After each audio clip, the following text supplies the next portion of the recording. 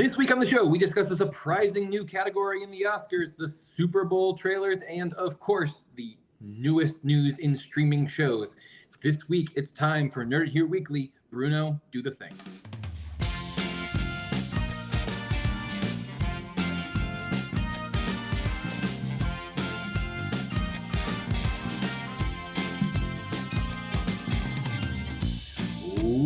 Welcome to Nerd Here Weekly, the weekly podcast about the latest happenings in nerdy news. I'm Riley Trahan, Senior Entertainment Editor here at Nerd Here First, and as always, I'm joined by my co-hosts Fred Neighbor.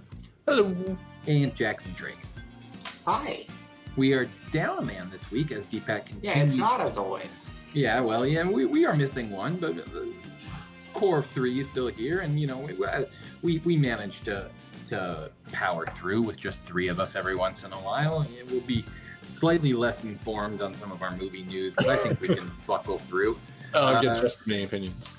Good thing no important movie stuff is going on right now. Yeah, precisely. Good thing we're not going to go real deep on some hyper-specific movie stuff that we had expected Deepak to be here for. But before we get to that, we want to remind everyone that this show is sponsored by all of the folks who subscribe to the Nerd Out. And for just $5 a month, you too can be part of helping us make the show happen. Head over to NIHF.com/subscribe if you want more of our dorky ass voices pumped into your audio or video feed every week. And if you want the video, but you're only getting the audio, head on over to NIHF.com or NIHF.com/@NerdItHereFirst to be able to see our pretty faces while we do the show. Yeah. And that's all the preface news I have. Let's get to the actual news. Guys, we're starting off the roundup this week with I thought a pretty exciting headline, which is that this is a piece from IndieWire by Brian Welk. He's reporting that Spike Lee and Denzel Washington are remaking Akira Kurosawa's masterpiece, High and Low, which is it's going to come from Apple TV and A24, and I think there's a couple of exciting things here, right? First of all, Denzel and Spike Lee reunited is very cool. Secondly, an English adaptation of an Akira Kurosawa film is always exciting. And then I think finally, Spike Lee adapting Kurosawa, is exciting. So, this is one of the things that we kind of were just texting each other about in the group chat this week. Are you guys, what are you feeling about Spike taking on Kurosawa? I think it's going to be an interesting movie, like to say the least. At the very least, it's going to be something that no one wants to miss. I've got absolutely no idea what Spike Lee's going to do with this movie, but it'll be cool, maybe, or it might hurt my head a lot. Probably that one. Yeah, I keep thinking about the last time Spike Lee adapted a piece of Asian cinema was the English version of Old Boy, right? Which isn't exactly well regarded, Jack, in comparison to the English version. But I also feel like that's more studio fuckery than like blame put on Spike, and him partnering with Denzel, right? The two of them have just been in such a mode of like film preservation lately that I'm excited to see what they make of this. Well, and we've been talking for a little while now about A24 and some of the interesting choices they've been making lately. Mm-hmm. Yeah. So that's maybe just as interesting of a part of it to me as the Spike of it all. Absolutely. Yeah. It's cool to see them partnering up with such major auteurs, right? Like either Denzel or Spike Lee coming on. I guess Denzel was in Macbeth, which Apple financed a couple of years ago, but that really felt like the Coens had a heavy hand in that. So not that Spike Lee is any less an impressive force than the Coens, but I guess it's just interesting to see A24 willing to make a deal with both Spike Lee and Denzel Washington, who are two totemic forces, right? Like dealing with either one of them would be like a task into of itself, but allowing both of them to exercise creative force over this movie, I feel like will be, for us audiences, I'm amped, but for the studio, it's probably a journey they're going on. All right, next up in the roundup, guys, this week we heard that Disney purchased a $1.5 billion stake in Epic Games. It's about 10% of the company, so clearly they're not buying it out, but they are taking an interest. I think there were a lot of reactions to this, and of course, Bob Iger put out a statement saying that, with video games, the amount of time people spend in front of screens are advancing, and Disney wants a piece of that. But for me, the bigger interesting part, I think, was that, Disney taking a 10% stake in Epic is not Disney taking a 10% stake in Fortnite, right? It is Disney taking a 10% stake in the Unreal Engine, right? Which powers theme park rides and video games and all sorts of stuff. And on top of the patent that they filed recently for that automated moving floor that can occupy multiple users in different directions at the same time, it really felt to me like this investment was more for the parks than for home entertainment use. But what do you guys make? I think that's an interesting point. There is a lot of talk about, we all remember so fondly now when Palpatine was somehow back. Somehow Palpatine returned, and that's a great point. Well, I'll tell you how. It was in Fortnite is how. That is true, yes. So I don't know how unprecedented this really is. I certainly hope they don't make a habit out of trying to entangle too many different media properties like this. But Fortnite is a unique property in its how easy it is to incorporate other IPs and how lucrative doing that is into their existing marketplace. So a company like Disney that has so many, I can see them being very interested in just the game itself. No, I definitely agree. I think that there, if there's going to be some sort of, Mickey Mouse skin in Fortnite, that's one thing. But if they're starting to figure out how they can get a unique handle on the technology, Fred, especially this it quickly advancing, video game graphics technology, right? They might be trying to just box competition out so that, screen rides and stuff in their park look better than everybody else. No, honestly, I think that you kind of hit on a very important point that I had missed the first go around. I was like, oh, cool, they're going to be expanding on the lore of Fortnite, which is more expansive than it has any right or should be. But it is there, and it is wild. I don't fully understand it myself, but I've had it explained to me, and it took several hours. Having them with the Unreal Engine in the parks is a really, really interesting thing. I don't know where they would put it. I would imagine, obviously, it would be in a new ride. All the rides that I just went on, I don't see where Unreal would go, but I'm sure that they could find a place to do it, and that would be neat. I'm more wondering now they just have access to everything Epic has access to, right? And I'm curious how they tend to use it. It's just, I get where Bob Iger is coming from. It makes sense. He's got a bunch of raw material here, and I don't know what he's going to build with it. And I'm curious to see where that goes. No, I'm with you. The reason I thought it was so interesting is because as Disney is shedding things like ESPN and ABC, right? They are, we thought this was a time of consolidation, right? Well, yeah, right. Yeah, no, right. We thought they were shedding loose stuff, right? The whole idea, it seems, has been to get down to core Disney, and the idea that they would make a new investment in Epic, really makes me wonder, what does core Disney look like? And that's the reason I came to the Unreal Engine conclusion. Is I have just been sitting here racking my brains, going, what does investing in Epic get Disney? And I think the only answer is the Unreal Engine, right? I can't think of anything else Epic has that Disney would want. Yeah, I don't see them all of a sudden jumping into video game design. I know Amazon tried that and it didn't work.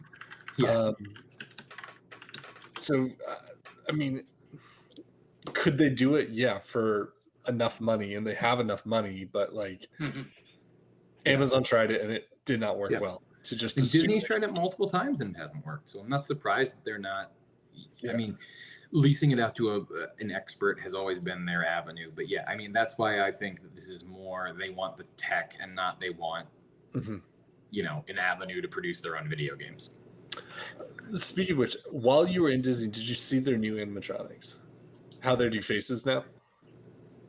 I don't know if I clocked them. What do you mean? They're screens. Oh, okay. Yeah, they're not moving robots. They're a lot less uncanny. Interesting. No, I don't know if I clocked that. Yeah, go to like the Frozen ride or something, and it's like, oh yeah, no, I was just in Magic Kingdom, so I didn't get too much of the new stuff. Yeah. All right. Well, next up, we wanted to dip in on an update on the Community movie. Donald Glover has been giving interviews in the press for Mr. and Mrs. Smith, which is currently playing on Amazon Prime.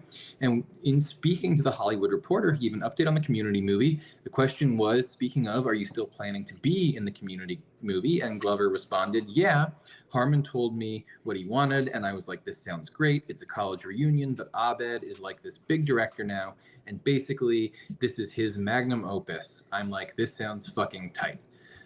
Guys, what do you think of the premise of the Community movie being a movie that Abed is directing within the Community universe? I felt like it was exactly what I wanted from a Community movie, but maybe you guys disagree. I heard that this news story both is and is not a part of the movie. Fair enough. No, I think Daniel Pudi did just an incredible job in Community, and this is the only way to do it, in my opinion. Yeah. No, yeah, I mean, I kind of do feel bad about like that this thing keeps looming over Donald when he has agreed to it, but as that keeps getting delayed more and more, it's nice to have confirmation every now and then. Yeah, absolutely. And you know, I feel the same way with Harmon, right? Like his whole career has really changed a lot since Community, and I'm never really sure if his interests are in making Community. And so every time I get an update, I'm happy to hear that it's still out there being thought about. Did you see the context in which the speaking of which that they were talking about? Oh no, sorry. What was that? It's just they're talking about how they were mic'd up the whole time they were on set, so they had to watch what they would say. And Donald said, "We learned that on Community. When you've got Chevy Chase on set, you have to tap your mic and be like, did you hear what he just said?" Notably Chevy, the only one that will not be a part of the Community movie. Thank goodness.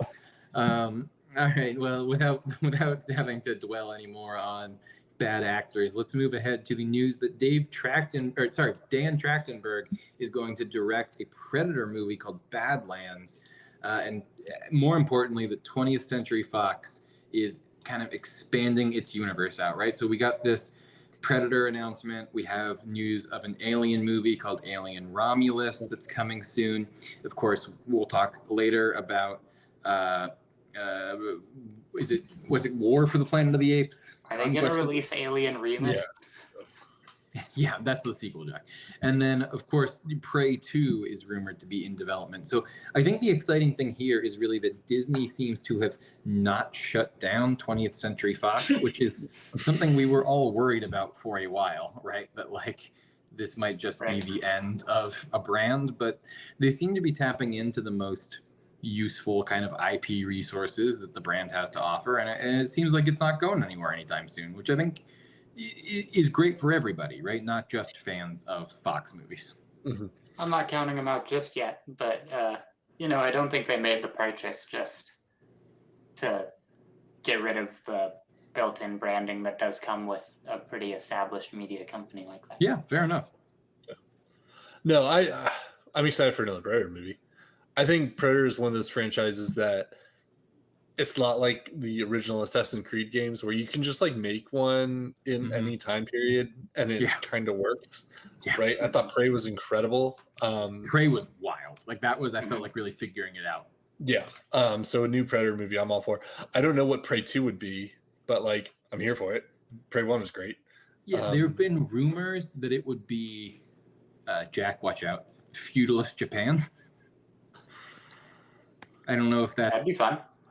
confirmed or anything, but I think that would be cool. But yeah, I want the Predators fighting good fighters, right? Like that's what I feel like we need now is just if you're willing to open up time and space to the Predators, I just want to see like the Predators fighting medieval knights, the Predators fighting samurai, the Predators fighting gladiators, the first Predators Predator fighting movie, Amazons. the second Predator movie had them on a Predator ship that had a T-Rex on it.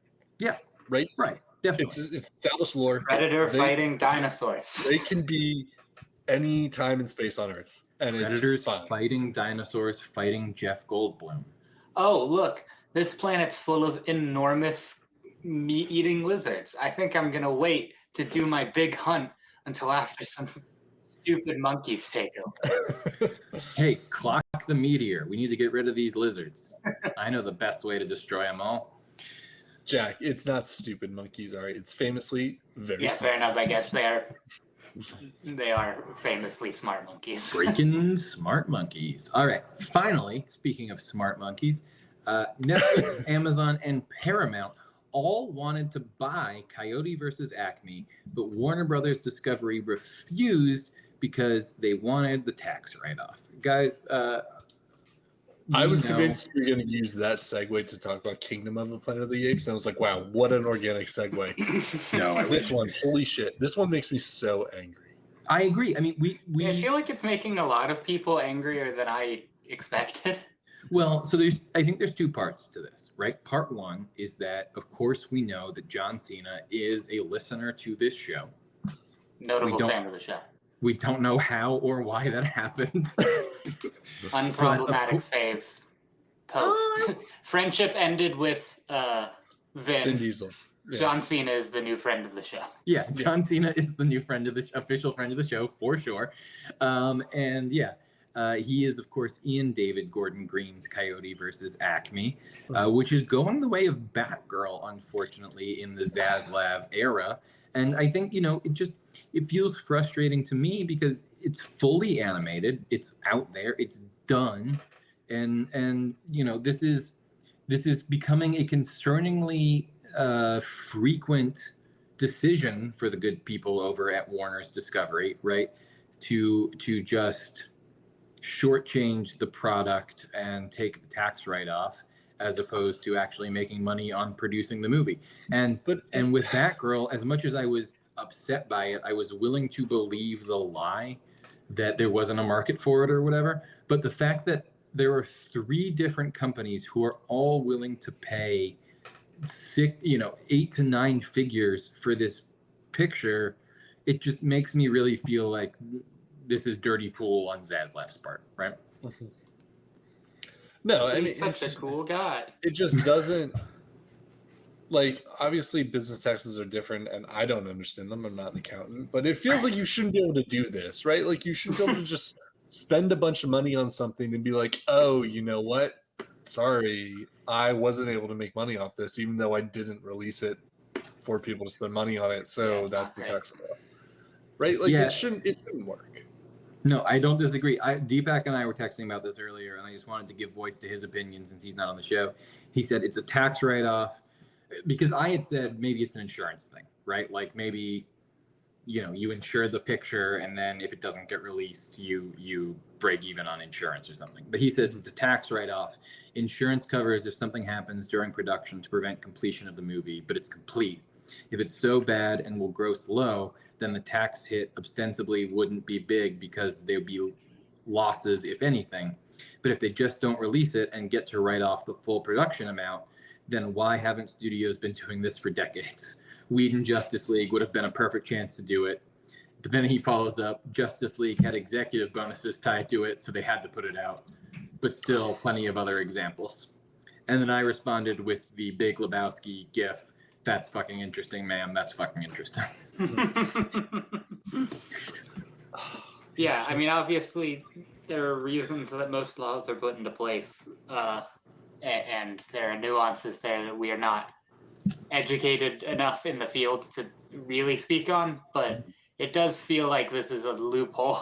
It does seem like this is bad and shitty and shouldn't be allowed. And at the very least, the people whose work went into this thing that is done should get the gratification of seeing it completed. Yeah, I mean, that's like, they don't get film credit. No. That's right. Like, Yeah, all the people that worked on that is not a credit that they get now. Mhm. It's like you had a job that doesn't exist. All right, well, with that unfortunate note, we'll be right back to talk about the new Oscar category that does exist.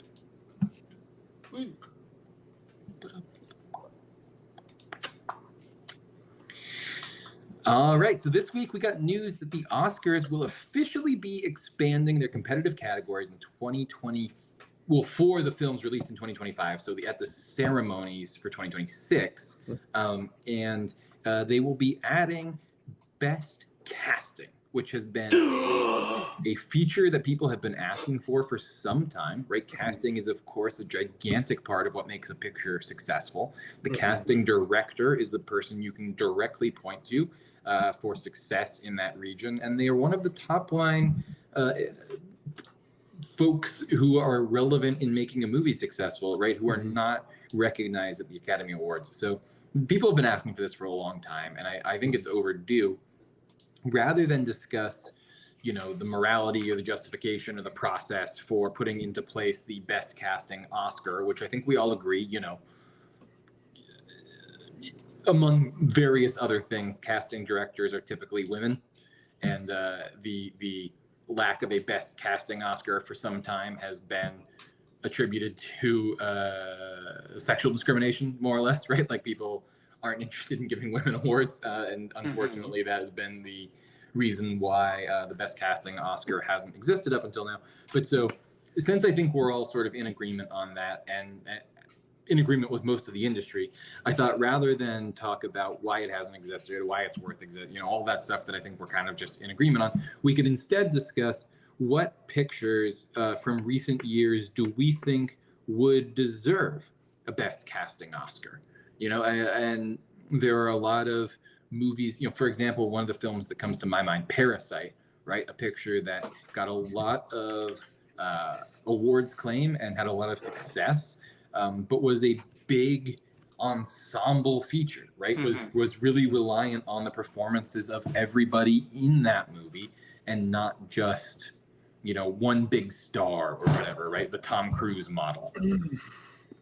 So I'm wondering. Yeah, go ahead. Because obviously, like, let me formulate a thought here. Best casting, I feel like, to differentiate best casting from like, oh, that is an incredible performance. In my mind, you need to separate, like, best casting has to be the type of person that can pick out someone who you wouldn't normally pick for a role, and they'd be incredible at it. And the casting director was able to see that person's artistic ability and apply it to the project, versus just a good actor who can just get into the role. So, like, I would give Ben Stiller best casting for, like, picking Tom Cruise in Tropic Thunder. Because you're like, you don't see it. It doesn't make any goddamn sense. And then he absolutely kills it. He destroys it, right? So, like, your Robert Downey's for Iron Man. Yeah. Right? Right. That's what I was thinking of, actually. Yeah, I think he's the elephant in the room. I feel like a lot of Marvel stuff would have done a lot better in best casting. Well, so if I can, one of the things that I had... Joker, right? Where if you see the message boards regarding when Heath Ledger was picked as Joker, they were like, what, the guy from, like, A Knight's Tale? Like, what are you talking about? Yeah, right. Yeah. The guy from 10 Things, right? Yeah. But so, and of course, speaking to Heath, right, and The Dark Knight, of course, 2008 is a year that looms large for awards, right? I mean, that was the year that the Academy decided they could no longer tenably afford to have 5 Best Picture nominees. They had to go to 10, right? And the omission of Dark Knight was a major reason for that. People also discuss other movies that came out that year, but I think it's basically agreed upon that Dark Knight, the omission of Dark Knight for Best Picture, was really the thing that made the Academy want to go from 5 to 10. But if we go back to 2008, right? So for me, when I think about the Best Casting Oscar, right, the comp that I go to in my mind is the SAG Award for Best Ensemble Cast, right? The Screen Actors Guild. Every year they have their own award ceremony, like all the guilds, and they give awards out for individual roles, but they also give an award out for Best Ensemble. So if I go back to 2008, the nominees for Best Ensemble, right? The year, yeah. So it would be, the nominees for Best Ensemble are Slumdog Millionaire, Curious Case of Benjamin Button, Doubt, Frost Nixon, and Milk, right?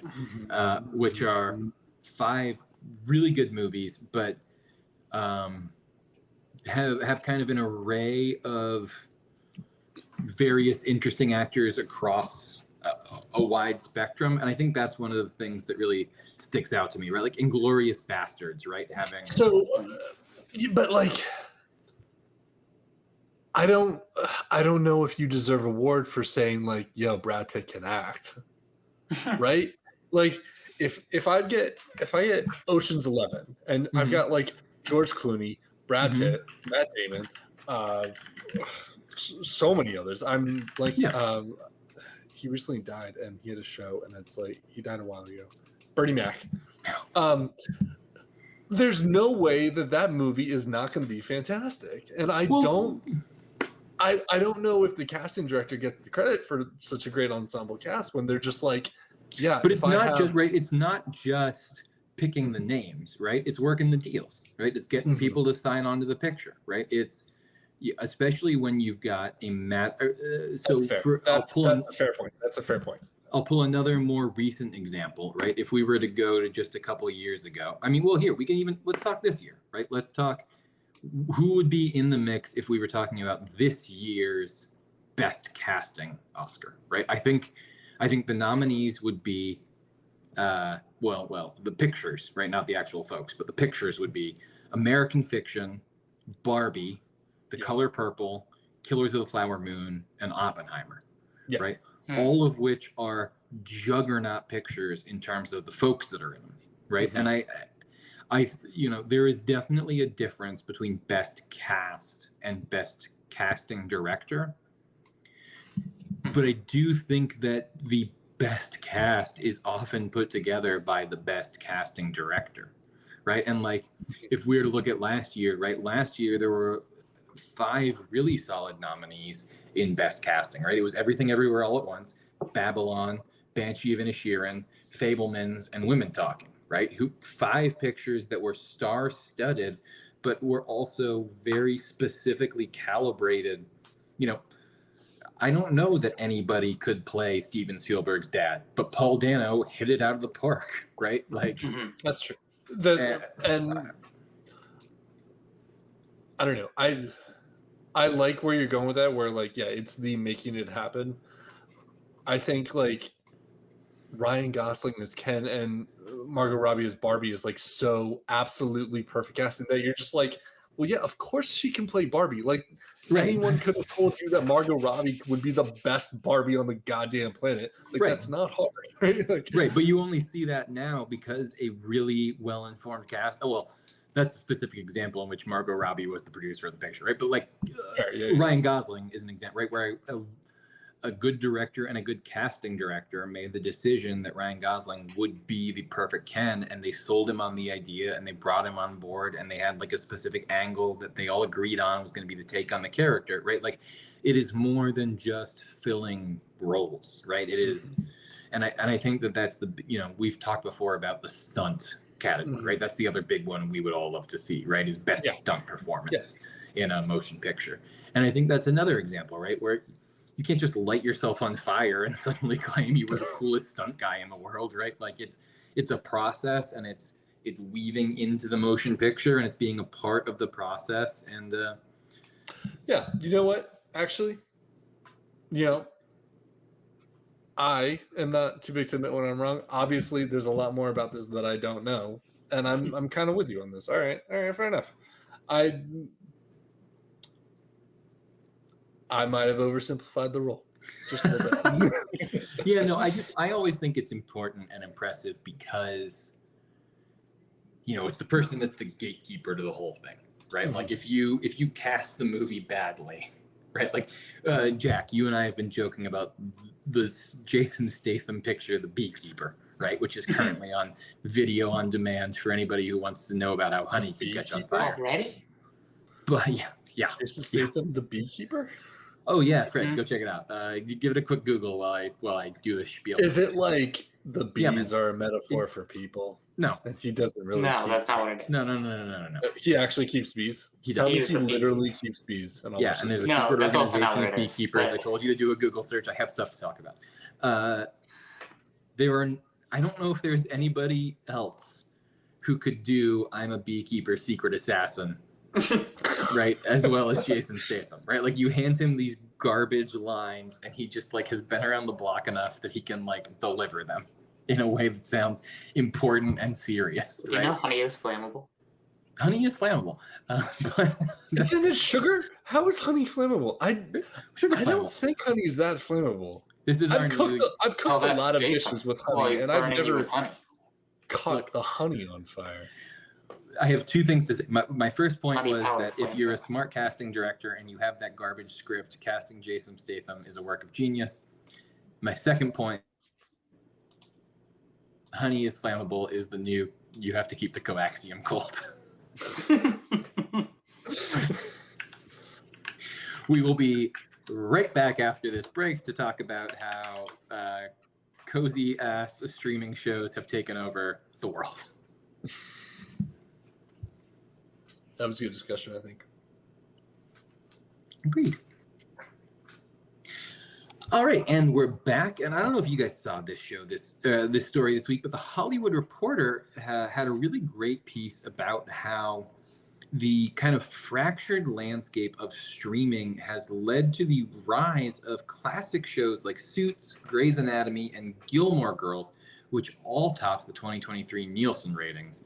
And basically, the main assertion of the piece is that folks, want closure. They want, stuff they can kind of lock in on and it's going to be done and they're going to be able to engage with it. The top, I have the top 9 shows here, acquired series, overall top 10, 2023, Netflix.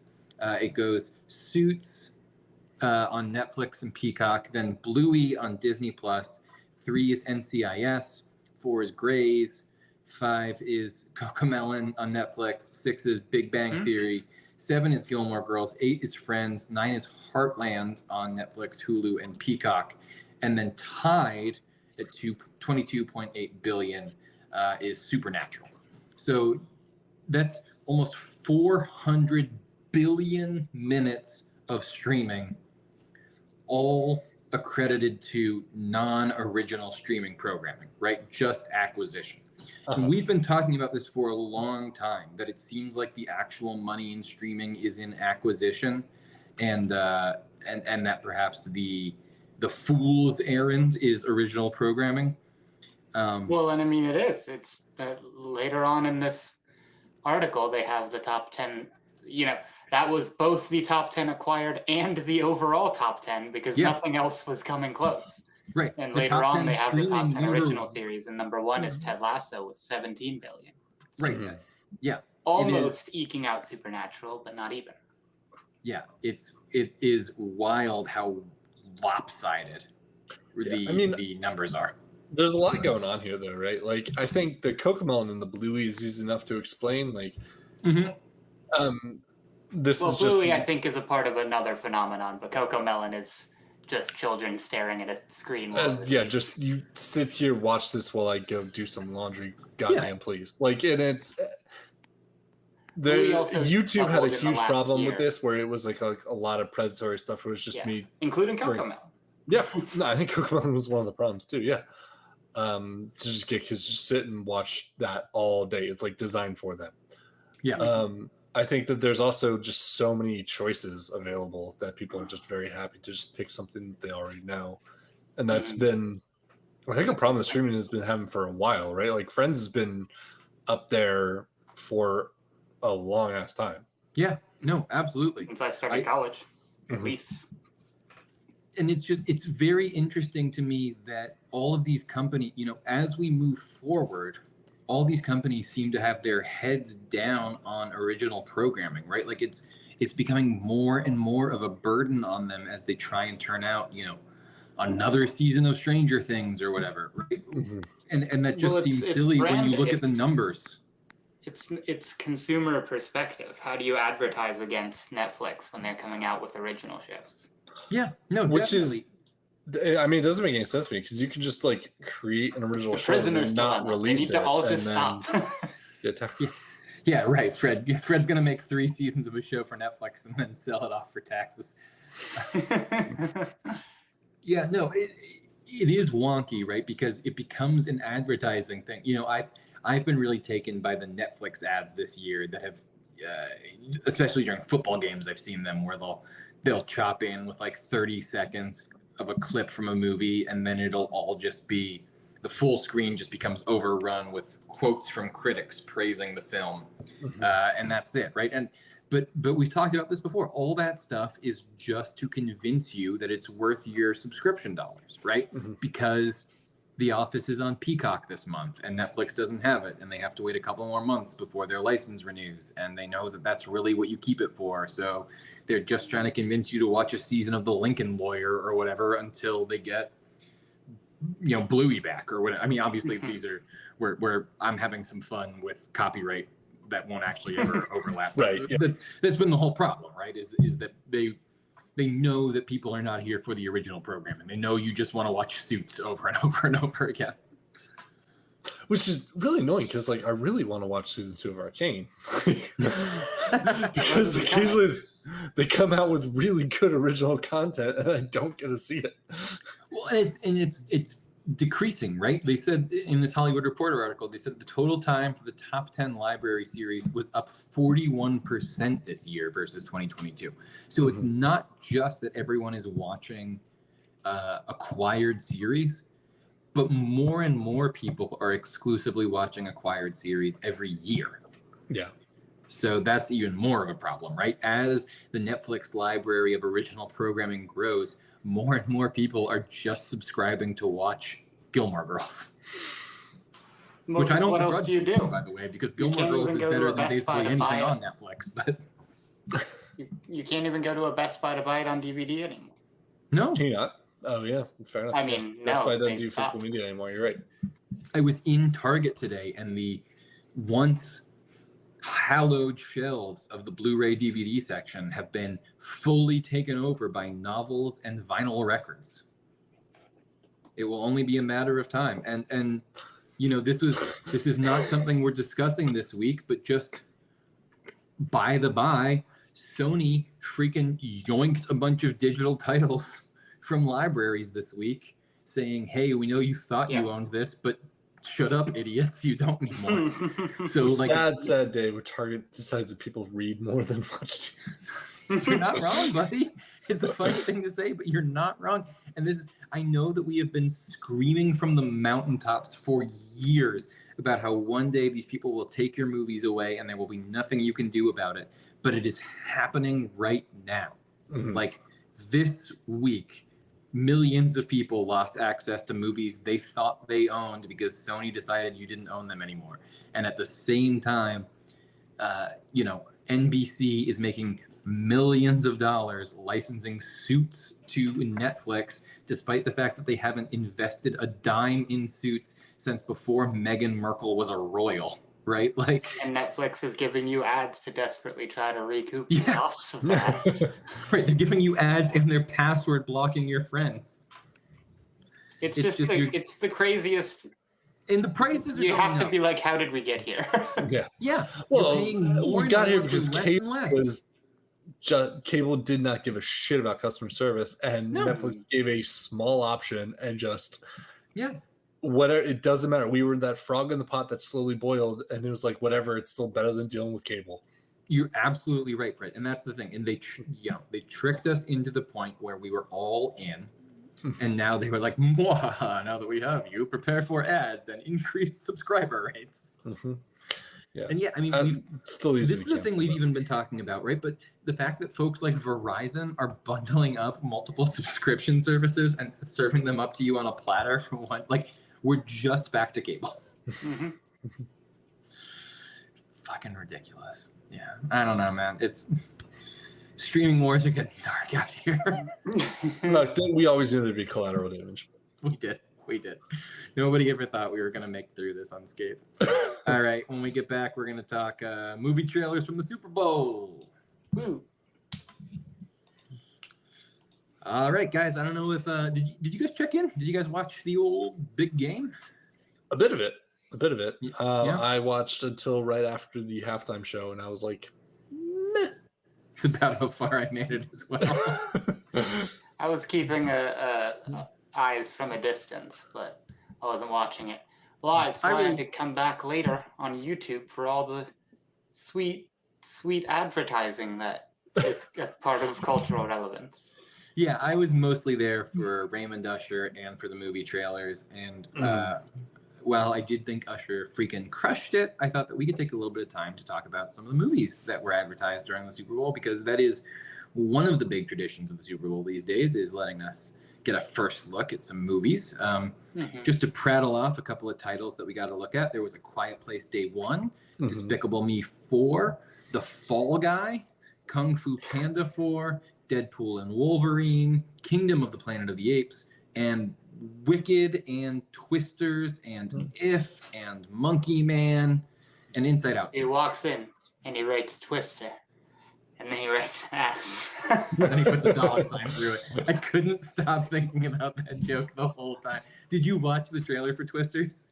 I skimmed it, I would say. So like the last 30 seconds. Are there two Twisters? Well, yes. But see, because here's the thing, Jack. I saw the original Twister, and spoiler, there's more than one Twister. Then where the hell are we doing here? Well, but that's no, Jack. To your James Cameron joke, the ad for Twisters, it like gets halfway through, and then it keeps showing you like a clip from a scene, and then it cuts to just imposing one letter from the title in the classic Twister font, and it gets all the way through the word Twister, and then it gives you like one really long clip, and then it just goes Twisters. There's a scene in Twister that has two tornadoes on screen at the same time. At the same time. It's undeniable. Look, that's fine. I hear everything you're saying, Fred. I also think that the trailer for Twisters was the coolest thing that happened in the Super Bowl. So I don't know what to tell you. The man has a truck that embeds itself into the ground so that it can't get sucked up by tornadoes. Very cool. Did you guys? I mean, let's start with the big one. Deadpool and Wolverine. Of course, we're very excited. Yeah. We are not going to address the rumor mongering about Hugh Jackman's sexuality. But hold on, Fred. Is that a little face I knew you were going to make that was going to force me to talk about it? So there's a rumor. What are you talking about? Oh my God. Okay. So we don't engage in rumor mongering on this podcast.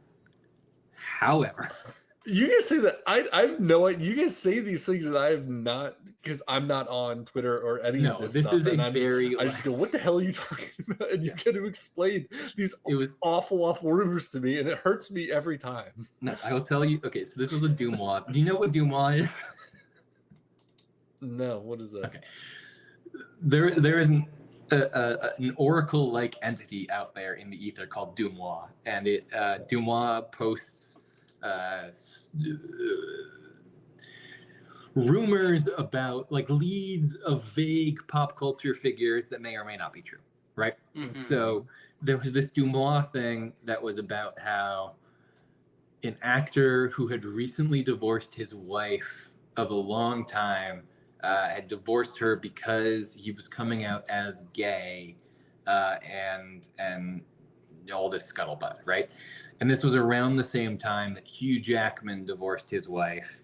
And of course, Hugh Jackman, is a short man with a background in musical theater. Prominent musical theater actor, right? Who showed up at a football game with Taylor Swift and Blake Lively and Ryan Reynolds and one of the guys from Queer Eye from the Straight Guy, right after he divorced his wife. So again, this is not what we talk about at all. This is a very silly, dumb thing. But there was scuttlebutt that Hugh Jackman was dating one of the dudes from Queer Eye, which is only important because it's a very long roundabout way of saying I would love it if Ryan Reynolds and Hugh Jackman kissed in this movie. But that still might happen though. I think I don't think he has to be gay for that to happen. No, for sure. No,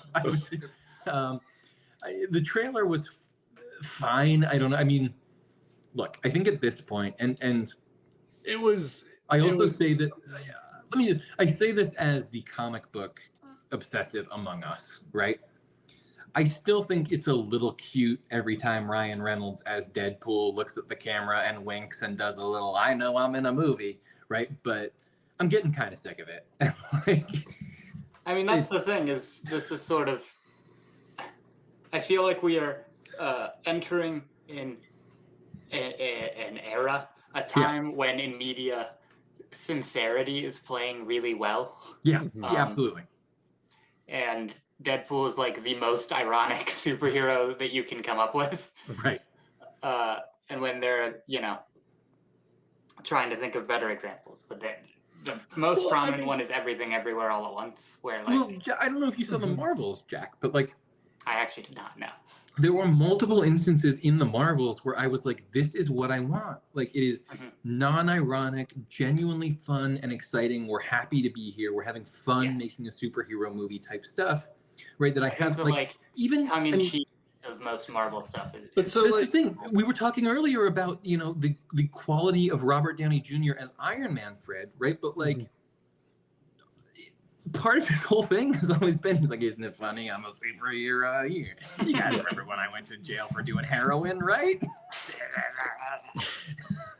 And it's kind of there in the suit, right?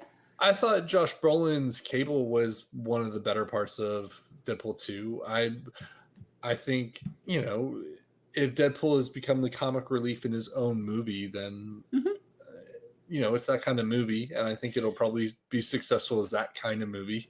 For sure. And I have no problem with it being funny, right? I think the beef that I feel is that I feel like, okay, here's the metaphor I have.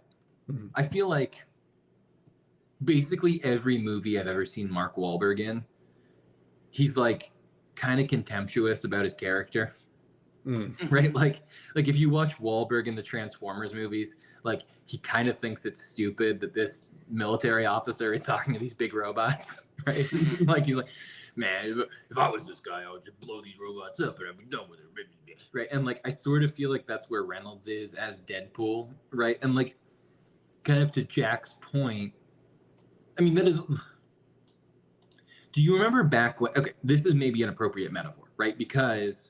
Of course, we've all seen the behind-the-scenes images, right? Let me start over. Jackman's not in the trailer, right? We see his claws and we see his silhouette. Yes, but we don't see him. Right. You actually get like 2 frames of his back, but yeah. We have all seen the behind-the-scenes footage of him in the costume. Right. That should not have been leaked before. Agreed. Yeah. But we have all seen that, and it is him in the yellow spandex, which is, the Wolverine costume that we've all been waiting for since with the hair, kids watching the Fox cartoon. Yeah. Right? And to Jack's exact point, in the original X-Men movie, there is a line where they all put on their cool tactical black Matrix uniforms. Yeah. And Cyclops says, were you expecting yellow spandex? Yeah. Right? And that joke, right, the heart of that joke, if we really want to be sincere about it, and I recognize, I want to say right off the bat, I recognize I am overly sincere about superhero shit, right? But if we really want to be sincere about that joke is superheroes are stupid, right? Like, why do superheroes wear yellow spandex like a bunch of gay assholes? They should be wearing cool, tough, black commando shit, right? And the fact that we have gotten to a point in the pictures where they are willing to put Hugh Jackman, of all people, in the person who was the butt of that joke, right? They are now putting him in yellow spandex. Like, on the one hand, that says to me they are finally fully willing to take the shit seriously, right? Like, not in the way that the Batman bros are like, oh, his parents died, you gotta take it seriously. But like, you can just who gives a shit? Just give him a silly costume. He's a silly man. He has claws that come out of his hands, right? But at the same time, they're like hedging by having Ryan Reynolds make like pegging jokes at Disney's expense in the trailer. And I'm kind of like, well, are you actually doing it, or are you sort of trying to find a new way of making the joke? Right. I still feel like it's going to be the butt of the joke. Yes. Right. Yeah. No. There's no ways. But I think everything in the movie's gonna be joking because that's the movie. Right. Well, but that's. I mean, I don't think you're wrong, Fred. But that's what bums me out. Right? Is I'm like, you're so close to. I mean, you don't have to take it seriously, right? Like, it doesn't all have to be serious, right? But like sincere. Yeah. No, I get what you're saying. It doesn't have to be stupid that they're superheroes, right? Like. Yeah. And I even feel like Tony Stark sort of, as Robert Downey Jr., sort of thinks it's stupid that he's a superhero, right? Like, this has always been this sort of background radiation of the MCU that I haven't really ever been able to shake, that they cast these cool, hot jocks who, like, kind of think it's dumb that they're superheroes, right? And it's just, this one, it feels like they're saying the quiet part out loud, and so I'm curious to see how that plays. I'm hitting the big red button on this trailer. There are other ones we're supposed to be talking Agreed. about. I wanted to go on to if I have just one quick thing to say about Wicked, and then I'll let you guys decide where we go next. Okay. There've been a lot of movies advertised recently that have been musicals that they're trying to hide that they're musicals. Yeah. I can't believe they're trying to pull that shit with Wicked. With Wicked, yeah, the famously musical Broadway adaptation Wicked. Yeah. Yeah. Like, I can tell you what the song was list will be, my dude. one note of a song at the very end of the trailer. I was like, you mean the musical that made Idina Menzel, the voice of Elsa, famous? That? And let's be clear, I hate Wicked. I think it's a bad show. I would gladly never recognize it again. I think it is completely overrated. If I never had to hear the phrase, I'm going to try defying gravity again, it would be too soon. All that being said, it is absolutely stupid that there is not more music in the trailer for Wicked. I mean, like, Riley, you're never going to be popular with that opinion. Hey. But that's a fabulously hot take. I disagree, but okay. I just think it's dumb. Like, if I can be, I mean, I have seen it many, many times, so that might be part of it. Like, there are a lot of musicals that I've just burnt out on. Like, Rent, I will also go to bat on as being stupid and bad. But I haven't seen Rent live. I get it. It's cute. You watched The Wizard of Oz and you had a fun idea about it. Fine, whatever. I don't know that it has to be a 2-part movie. How much of this is fueled also by, again, this is not the point, by Starkid just taking that idea and running like past the goalposts and into the stands with it. Here's every other musical backstory to a thing you already knew. Yeah, to every Disney villain you can imagine with a past tense verb. Anyway,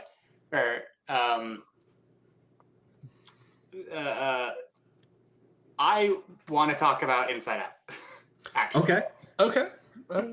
Have you seen Inside Out 2? It's very short. You can watch it before I'm done with this sentence if you haven't. I saw the first trailer for Inside Out 2 where they introduce anxiety. Yeah, that's what I'm talking about. Didn't see the trailer last night. Okay, yeah, go ahead. I think that was a few days ago, but it was a part of this whole swath, I feel like. And I just find this one interesting because I'm not sure. I feel like there's a habit that when animated films for children get remakes like this, you often, like, they target the same people who watched the first one are going to be interested, but they are notably older and in a time when that means like different things. So especially this movie, I feel like they would have to adjust what they're talking about to like deal with an older age group. Yeah. And so that caused me to look up when Inside Out came out. So what would you say the age for Inside Out fan would have been? Okay, so here's the thing. Inside Out was my son's very first movie. Okay, so, that's a great point. I'm gonna say 10. How old was he? He is 11 now. Right. Oh. So then it came out maybe when he was 3 or 4. What? Right, that sounds about right because it was in 2015. Is that movie that old? 2015. It's like gonna be 9 years ago when the movie comes out. Wow. I was saying 10 because my assumption was the new one was targeted at 13-year-olds, and I figured Inside Out came out about 3 years ago. 3 years Are you ago. telling me Inside Out came out No, 7 if it was years targeting ago? 13-year-olds, it should now be looking for 22-year-olds. No, well, I thought the new one was for 13. What is the release date for Inside Out 2? Oh, I don't know. Later this year. Yeah. Later this year. Oh, dang. Yeah. So Yeah, wait, other was than he 2024. came out in 2005. So Oh, wait, June 2015. 13th or June 14th, so the middle of the year. So it came out in, you said 2015?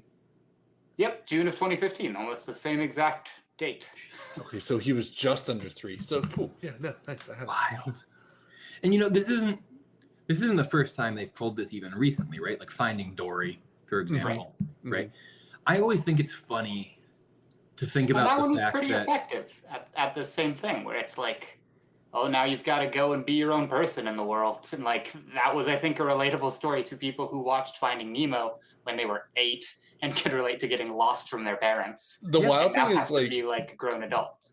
I feel like Finding Nemo came out when we were in high school, and I've got no recollection of why I would have seen Finding Nemo. Well, yeah, it was a. I can tell you why you saw Finding Nemo, Fred. Why did I see Bruno, Finding- this is a hard cut. It's because you were dating. Oh. I was like, why did I watch this movie? I'm not saying it's a bad movie. It's probably a good movie. Like, no, Honestly, wait, hold on, Bruno. That doesn't have to be a cut, but please just beep because she doesn't deserve to be on our. But yeah, that's why. That's why you saw Finding Nemo. Same reason I saw Up, buddy. Well, not literally the same reason, but a very closely related reason. I was gonna say the same reason. Not literally the same reason. Okay, so have you guys watched the ads for Monkey Man? I have not. Directed and starring Dev Patel in a full-on John Wick style picture taking place in India. And I kid you not, Dev Patel wears the face of a dead monkey on his face. That's raw as hell. Yeah, man, it looks cool as shit. I am so hard for this picture. So that's the big one I had my eyes on, in addition to Kung Fu Panda 4, just because you guys know I'm a Kung Fu Panda addict. Kung Fu Panda. I was not expecting there to be a Kingdom of the Planet of the Apes movie. I really was. I thought we'd finished it. I thought we had too, but can I tell you why I love that we haven't? Yeah, why? So, Fred, have you ever checked in on the original Planet of the Apes franchise? Original or like yeah, 60s. No. Okay, so there's Planet of the Apes, which we all know, Charlton Heston. Yeah, Charlton Heston. Take your damn dirty paws off her, etc., etc. Yeah. Then there's the sequel, right? I don't remember any of the names after Planet of the Apes, but 2, like there's a baby bit of Heston, but then it's sort of like at the end of Planet of the Apes, there's a group of apes that like break off from Heston's crew, and that movie sort of follows them. Okay. But at the end of 2, the Planet of the Apes explodes. Literally or metaphorically? Literally. Oh, okay, good. End of the picture. No more things to say. The planet explodes. How does the planet explode? I don't really recall. But Nuclear the point war? is that the third one takes place in the 1970s. And a bunch of apes went back in time. And like, so the whole bit was that they had done these 2 and they were massively successful. And the second one had ended with this, big climactic sort of thing where, you couldn't really go any further with it, but everyone was really interested, right? So the studio had to find a way to make it happen. So there were these apes that had gone back in time, and then those apes, they had become like these mega celebrities because they were hyper intelligent apes in the 70s, and then they had a child, and then that child would eventually go on to like create the Planet of the Apes, right? But so it was like these 2 movies that had sort of been really successful standalones, and then this trilogy of films that had been like this busted sort of later on configured thing. Okay. And I really like the idea that we had the first Dawn. Yeah. No, right. Yeah, Dawn was Dawn. first, right? Dawn was first. Dawn, So Rise. Dawn was sort of like, hey, I've got an idea. What if we did it this way, right? And then we got the 2 Matt Reeves pictures, right? Rise and War, which were sort of, that sort of comprises this unofficial trilogy. And it just feels very in the spirit of the Apes pictures to me to now have somebody else hopping in and being like, I can keep this going. I can find a way to make that happen. It's like King Arthur, but a monkey.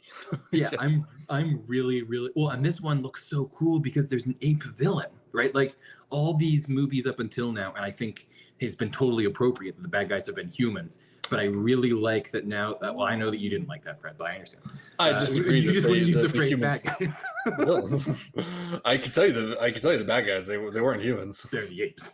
But I like that this one is getting more in, right? Like humans are now so irrelevant to the story that like it's ape versus ape, and also there's people, but who gives a shit about the people? It is actually, this is now where it's like officially a planet of the apes. Yes. Where it's not a well, it won't be. Right. And I would be so goddamn down if the last movie in this franchise was The Planet of the Apes, and they just remade Planet of the Apes and got like, Scott Eastwood to play the Charlton Heston role or whatever. But it will grind my gears to no end when inevitably they deep fake Charlton Heston onto Scott Eastwood instead. It's gonna happen. Yeah, right. No, that's just the thing I keep thinking about. Is I'm like, you motherfuckers are just gonna put his face on somebody else. Just damn you all to hell. Damn you all to hell. Well observed, Fred. I think we've got to stop there because I don't think we can say anything more conclusive than that. You ruined it.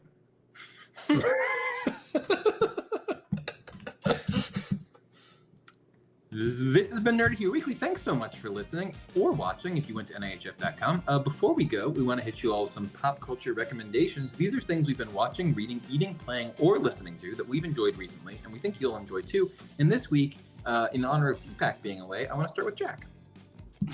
Okay. I have recently become obsessed with a project called Ship of Harkinian. For anyone who does not know, fairly recently there was a project called Zelda Reverse Engineer, or by a team called the Zelda Reverse Engineering Team, to decompile Ocarina of Time. So they took the ROM and they turned it back into readable code that a human being can work with. This is a really difficult process to do, and I'm amazed they could do it. But it has allowed people to essentially release the game however they want. So people have ported it basically completely to PC. You can play it in any resolution that you want. It runs at any frame rate you want. You can add new textures. You can mod the game. It is highly recommended, required by the people who make the project, and I am going to highly recommend you legally obtain a ROM, which you have to do by modding a Wii or a Wii U, which is a bit of a pain, but it's, helps keep this legal, which is nice, and is keeping Nintendo from being able to nuke the whole thing from orbit. So if you're interested enough, it's really not that difficult. You can go through the process, and they have a lot of guides for how to do it, and it's pretty neat. Fred? Well, everyone knows that I like old video games, and I also like giving Nintendo money. So Star Wars Clone Commando, I forget the name of this, but I've been playing it. That old school 2005 first-person shooter squad-based combat game, playing the Clone Commandos, is on the Switch, and that's all I've been doing. Because Republic Commando, thank you so much. I don't know. I just love this game so much. Fair enough. So I've got 2 things to plug here.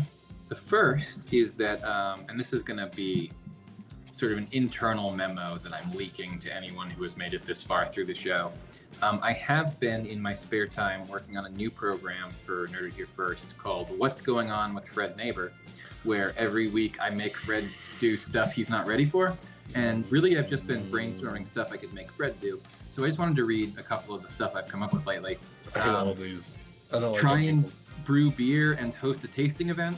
Work as a caddy at a prestigious golf tournament. Become a street food vendor. Attempt to fly a kite in a professional kite flying competition. No, I Live as a character at the Renaissance Fair. Enter a competitive dance competition. could not do Host that. a game show. Participate in a UN debate. Spend do a day as a lifeguard. Join Could a do that. circus. This is my first job. Attempt to navigate a corn maze. Enter a Oh, I'd cosplay rock a corn contest. maze. I'd fucking destroy a corn maze. Try and cut and style hair at a high-end hair salon. Everyone's getting a buzz.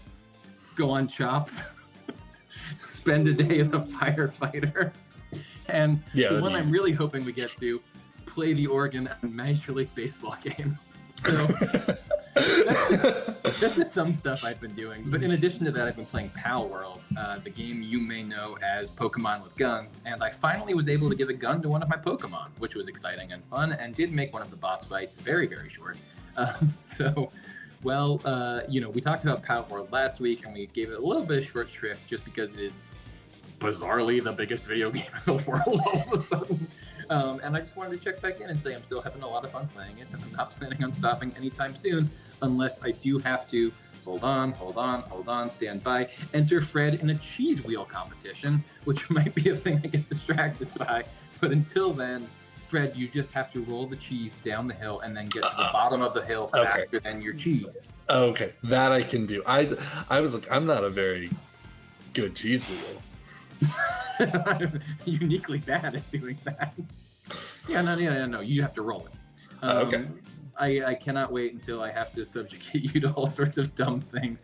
But in the meantime, this has been Nerdy Here Weekly. Thank you so much for listening. Please remember to rate, review, and subscribe to the show wherever you get your podcasts. And if you like what we do, you can head over to NIHF.com to subscribe for free or become a member of the community and get access to the Nerd Out for just $5 a month. It's cheaper than $1 of coffee, and it helps us pay the bills and feel like we're not screaming into the void. But either way, we really appreciate your support. We hope you will rate and review us wherever you find podcasts. We hope you'll share it with your friends. And we hope, more than anything, that you will tune in next week to hear.